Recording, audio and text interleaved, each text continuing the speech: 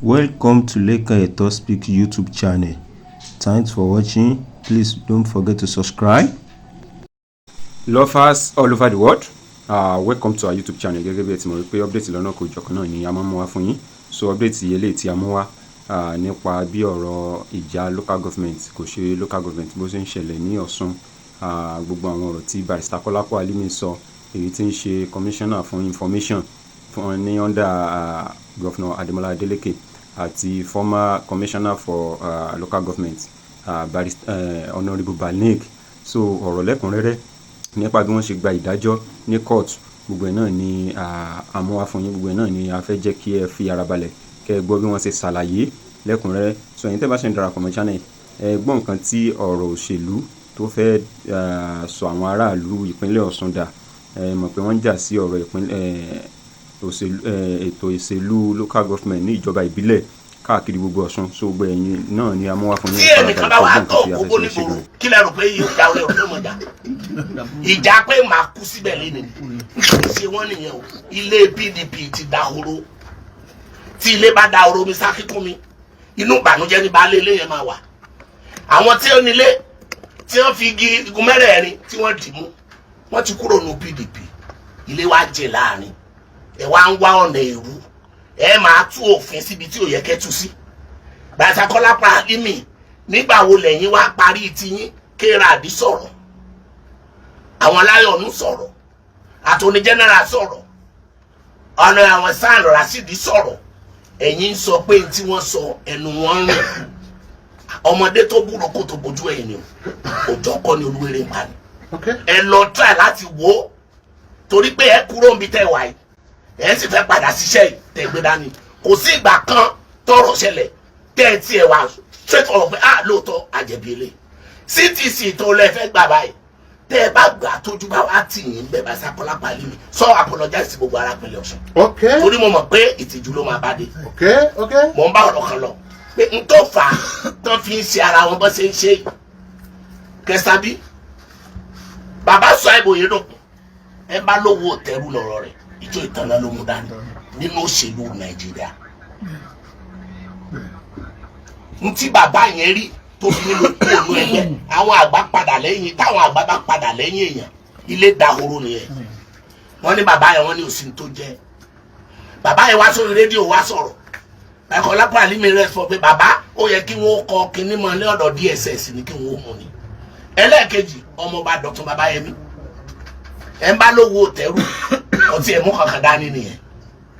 gbogbo tó dáa ni wọ́n ti kó kúrò nínú ẹgbẹ́ yìí. ẹ bá ṣe é dáa ni àwọn yẹn bá má dúró tì yín. ẹ sọ yé èèyàn tó kúrò nínú ẹgbẹ́ APC despite bàbá lose election. èèyàn mélòó lẹ́mọ̀ ní gbòǹgìrì àbí dẹ́gbà máa ọmọ tẹ́ra dátà fún bẹ́ẹ̀ni kí wọ́n mọ bú wa. Barrister Wọlé Ọ̀kẹ́ ẹlẹ́ẹ̀karùn-ún tó máa wà ní House of Rep rẹ̀ ó kúrò nínú ẹgbẹ́ yín. téèyàn bá rí Wọlé Ọ̀kẹ́ he èèyàn lórí lóṣèlú ní tiwa ní tọmọdúàbí. wọ́n ní àṣẹ ẹgbẹ́ PDP àṣẹ kátàkó lásán ni gbàsọ̀ ọ̀gá mi kan. Yínká Adéọdún secretary ẹgbẹ́ ni nígbà tí secretaryship tó ń jẹ́ secretaryship àwọn tí ó bí ẹgbẹ́ nìyẹn. ó sọ fún mi ó ní bó ṣe kéré tó lóun wà lára àwọn tí wọ́n lọ dá ẹ, ó lóun tẹ̀lé wọn lọ́ngbà tí wọ́n dẹ́gbẹ́ lẹ̀. ń bọ̀ lẹ́yìn wà. where were you Barrister Kọ́lápọ̀ Alimi? ẹ wá túlé ara yín tán, ẹ wá pariwo, ẹ wá lọ ilé ẹjọ́ káàkiri, ẹ lè fẹ́ gba injunction. ẹni Adédámiláre látòdò ọ̀tìn ó wà lára àwọn tẹ́ ẹ fọkàn tẹ́ àwọn financial ẹgbẹ́ yín nìyẹn. ó bínú kúrò ní ẹgbẹ́ yín ni. Kazeem Adio former SSG ọmọọba nílùú Wo tiẹ̀ kọjá ń bá lówó tẹrù ó kú ònú ẹgbẹ́ yín ní ẹ̀yìn ìbámọ̀ ṣe ni. Peter Babalọ́lá Peter Power tún ti padà di Peter Action. bó ṣe lókìkí tó dẹ̀ dá lóṣèlú wọ́n kúrò ònú ẹgbẹ́ yín ni. Kọ́lá Ògúnwálé Jùmọ̀kọ́ former senator ni ó kúrò ònú ẹgbẹ́ yín ni.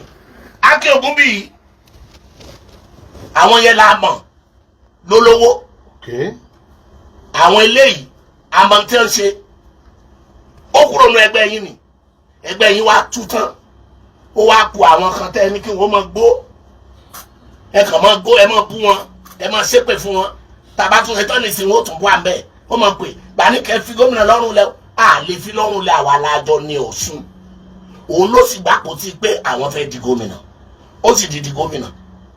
wọ́n ní gbogbo kakandudu yín ariwo tẹ̀ tiẹ̀ ń pa yìí gan-an ó fẹ́ dàbí òfúùtù fẹ́ tẹ̀ ni wọ́n nítorí wípé APC ní national level gan wọn ò recognize yín ta ni ń ràn yín sẹ́yìn ta ni ń gbéṣẹ́ ìran yín wọ́n ní wọn ò recognize yín gan. tí èèyàn kan bá wá láti ta tó bá lọ bá bàbá àtọmọ pé ẹ̀yin méjèèjì ìwọ bàbá yìí sọ ọmọ pé kì í sì wọ lọ bí ọmọ ìwọ ọmọ yìí sọ ọmọ pé kì í sì wọ lọ bí bàbá yìí tí bàbá sì mọ̀ pé òun lòun bí ta la ṣeré inú ẹni ó lọ bá yàn àtẹ̀ǹtẹ̀ ọlọ́ba ẹnu tí wọn láti gbọ́ pé wọn rẹ̀kọ́dọ̀ kí n ti yín náà. kí wọ́n fún yín ní gẹ́gẹ́ bí ipò. kí ló kàn ètò tí òye yín pọ̀. kí wọ́n fún yín àwọn tí ò pariwo lórí rédíò tó bẹ́yìn ṣe ń tilé iṣẹ́ rédíò kan bọ́ rédíò kan wọ́n ti fún wọn pò. mo dúpẹ́ lọ́wọ́ yín ṣé wàá rí tó ṣẹlẹ̀ ní pé ẹ lọ wo gbogbo àwọn tí wọ́n wá gbà pò ní PDP bí aṣọ òbájá léjìká yóò yà sálẹ̀ ní kí wọ́n tó gbà pò tó rà mọ̀ wọ́n amẹni tí ò ra lẹ̀ rí amẹni tí ò ní báísíkù tó dé èèyàn gidi àwa ìṣègbè ẹnu ẹgbẹ́ tiwa àtòtílé tán là wà inú mi dẹ̀ dùn pé wọn tí wọn bá fẹ́ bú mi nígbà mi wọn lè ní photographer wọn lọ gba ẹnìkan wọn ní kó mọ kéwì kó mọ bú bá ní pé bó bá rí irú photographer tèmi kan ní family wọn títí táyé mi bá wá yóò nílò ẹ ló tó fẹ́ rí. So ẹ má fi ìyẹn kò kàn yín ẹni ó gbapò ẹni tí ó gbapò ó yé àwa débi pé àwọn tí wọn gbapò ṣé wọn ṣe dáadáa bí wọn ṣe dáadáa ṣé gbogbo èèyàn ni ó gbapò SSA níbi tẹ́ ẹ̀ mọ owó náà dé lọ́sùn SSA 30 yàn yóò ti fẹ́ lé 1000 bẹ́ẹ̀ni kan bá ti complain torí ẹ̀fẹ́ kọ́ ọmọ ẹgbẹ́ yín ó lọ mọ́ gbogbo wọn fẹ́ lọ irọ́ lẹ́sìn ń pa torí wọ́n ń bá wa sọ̀rọ̀ lábẹ́lẹ̀ fáwọn ń bọ̀ o àwọn kan manage ẹja wa náà jẹ ń tá jẹ ní o àwọn ti rí pàṣírí ti tú o n tó máa wọn bàbá báyìí tẹ́ kú ònú ẹgbẹ́ àwa náà ń bọ̀ o wọ́n náà gbà SSA wọ́n náà gbà SSA yóò bá ara dáta nǹkan kan ọ̀kan pẹ̀lú bí wọ́n ṣe ń ṣèjọba ẹ̀yin ti ṣe tí ẹ ti kú òmẹ́. bẹ́ẹ̀ bá wá ní òkàn wá kí ni ẹ̀tọ́ tí láti béèrè bóyá wọ́n fún mi gbogbo wọn fún mi. ìtàwọn aráàlú sọnù. aráàlú àbẹ́yìn ìpàdé yín tẹ̀ ṣe. ìpàdé èmi àtàwọn wo. ẹ jíṣẹ́ fún wọn pé mo ní ìpàdé èmi àtàwọn wo. ẹ jíṣẹ́ fún ẹni mo ní kàn mí dà ń bi òkú ìyá àdèlé èsì wọn nìyẹn pé bá ní kíní kàn mí dà ń bi òkú ìyá àdèlé o. lára òrò òun kí àǹtí yín wọ́n fún wọn fún kíló kan yín bẹ́ẹ̀.